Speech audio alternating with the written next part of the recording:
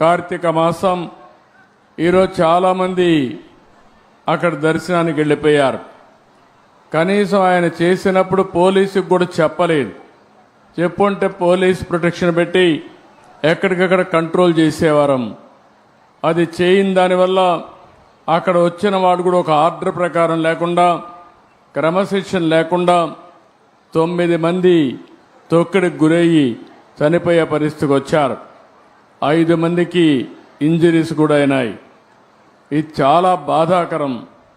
నేను ప్రతి ఒక్క ప్రాణాన్ని కాపాడుకోవాలని అనేక ప్రయత్నాలు చేస్తూ ఉంటే కొంతమంది ప్రైవేటు వ్యక్తులు ఇలాంటి కార్యక్రమాలు చేయడం చాలా బాధాకరం. దీన్ని నేను చాలా తీవ్రంగా ఖండిస్తున్నా. రాష్ట్రంలో అందరికి కూడా విజ్ఞప్తి చేస్తున్నా, మనకు మన ప్రాణం చాలా ముఖ్యం. ప్రాణాలు కాపాడుకోవాలంటే మనం కూడా ఒక బాధ్యతగా ఉంటే తప్ప ఓసారి వెళ్ళిపోవడం, ఎక్కువ మనుషులందరూ సమీకరణ కావడం, అక్కడ స్టాంపేడ్ జరగడం, ఇలాంటి దుర్ఘటనలు జరిగేదానికి దోహదం చేసే పరిస్థితి వస్తూ ఉంది. ఏదేమైనా మనం గుర్తుపెట్టుకోవాల్సింది, అమాయకులు చనిపోయారు. నేను చాలా బాధపడుతున్నా. అందుకని ఈ దుర్ఘటన పట్ల చాలా సీరియస్గా తీసుకుంటూ ఎవరైతే దానికి కారకులో వాళ్ళందరినీ కూడా ఇమ్మీడియట్గా కస్టడీలో తీసుకుని పూర్తి విచారణ చేసి తర్వాత ఏం చేయాలో తదుపరి చర్యలు చేపడతాం. ఇలాంటి సంఘటనలు ఈ రాష్ట్రంలో జరగడానికి వీలు లేదు. అందుకే ఒక పక్క దాన్ని చేస్తూనే అమాయకులు చనిపోయారు. 9 మంది ప్రాణాలు కోల్పోయారు. ఆ 9 మంది ప్రాణాలు కోల్పోయిందని నేను చాలా బాధపడుతున్నా. ఏ ఒక్క వ్యక్తి చనిపోకూడదనేది నా భావన. ప్రాణం విలువైనది. అలాంటి ప్రాణాలు పోగొట్టుకున్నప్పుడు మనం కూడా బాధ్యతనే ఇది చేయాల్సిన అవసరం ఉంటుంది. అలాంటి కుటుంబాలకు నా ప్రగాఢ సానుభూతి తెలియజేసుకుంటూ చనిపోయిన వాళ్ళందరికీ మన నివాళులు అర్పిస్తూ వాళ్ళ ఆత్మకు శాంతి కలగాలని, అది కూడా దేవుని సన్నిధిలో చనిపోయారు, దేవుని కోసరం పోయారు.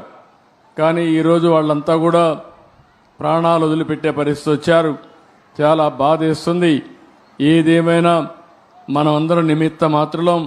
ఓసారి సంఘటనలు జరుగుతాయి. జరగకూడదని ఎన్ని ప్రయత్నాలు చేసినా కొన్ని సంఘటనలు జరుగుతున్నాయి. నేను ఆ విషయాలను కూడా మీతో మళ్ళీ మాట్లాడతాను. కాశీ బుగ్గలో జరిగిన సంఘటన పట్ల దిగ్భ్రాంతిని వ్యక్తం చేస్తూ చనిపోయిన వారి పట్ల నా ప్రగాఢ సానుభూతి తెలియజేసుకుంటూ వారికి ఆత్మశాంతి కలగాలని భగవంతుని మనస్ఫూర్తిగా ప్రార్థిస్తూ ఈ కుండ అందరూ కూడా లేచి 2 నిమిషాలు మౌనం పాటించాల్సిందిగా మిమ్మల్ని అందరినీ కోరుతున్నా.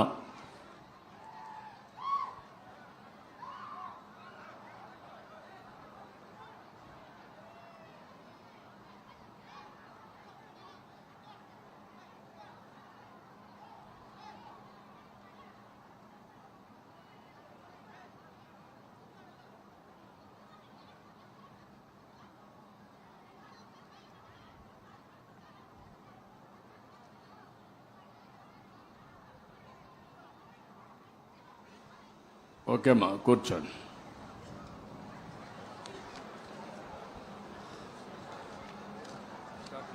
స్టార్ట్ చేయండి.